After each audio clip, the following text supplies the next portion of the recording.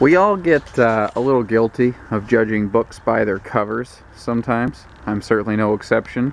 And this fifth wheel right here is a good example of that. I heard, oh, we've got a 99 Cherokee coming in. I went, oh, kind of groaned up thinking, what kind of dirty, old, waterlogged, moldy trailer am I about to get to run a video on today?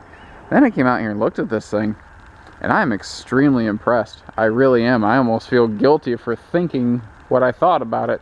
I looked around here, and uncharacteristic level of good attention paid to resealing and preventative maintenance all over the place. This has been well kept. Used for sure, but I mean, it is not wore out in the slightest.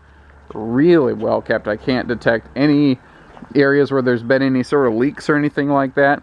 I'm not a trained crime scene professional or anything like that, but I've done this for a number of years now, and I have a very good idea what to look for, and I can't see any overt signs of any problems anywhere. Really well kept used piece right here.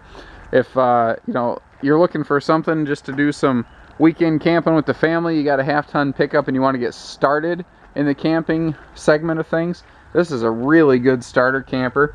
And if it's just something where you're just looking for something small and lightweight to haul around, this would be a really nice fifth wheel to maybe put a little boat behind if you added a hitch to the back of that. That is something we can help you with, by the way. I mean, right away when you walk in, super clean.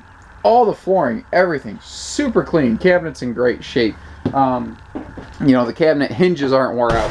The cabinet styles aren't overworked where somebody, used and abused it or anything like that. Whole thing is in really sharp shape. And again, I'm very impressed and feel about half guilty about the way I kind of had a preconceived notion about this thing. And I'm glad I gave it a chance. I would highly encourage you to do the same. Good kitchen storage down here. You've got a bunch of drawers for your forks and spoons and knives, which a lot of fifth wheels nowadays don't seem to have. But you've got even good pots and pans storage in here. And a little 23-foot, bunkhouse camper. That's pretty nice. Way before the day and age of flat screens dominating the RV business, you just had a little TV hutch here if you chose to add one. And that's the thing, this is more of a camper than an RV, so to speak. But we do still have central heating, and we do still have air conditioning, and all the stuff you really need to go out and have a good time. The table's heavy duty on this thing. That is an extra thick table, so if you do need to use that as a sleeper, you are all set. And I mean, even the cushions are still nice and plush. It's, like I said, it's been used, but it has not been worn out by any stretch.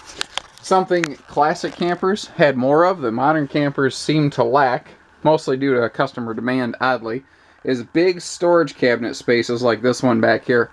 Nowadays, the trend seems to be we want bigger bunks or we want bigger open spaces. Well, that all has to come from somewhere. That means that the space had to come from something. So unfortunately, a big, bulky, not pretty to look at cabinet tends to be the first thing to go.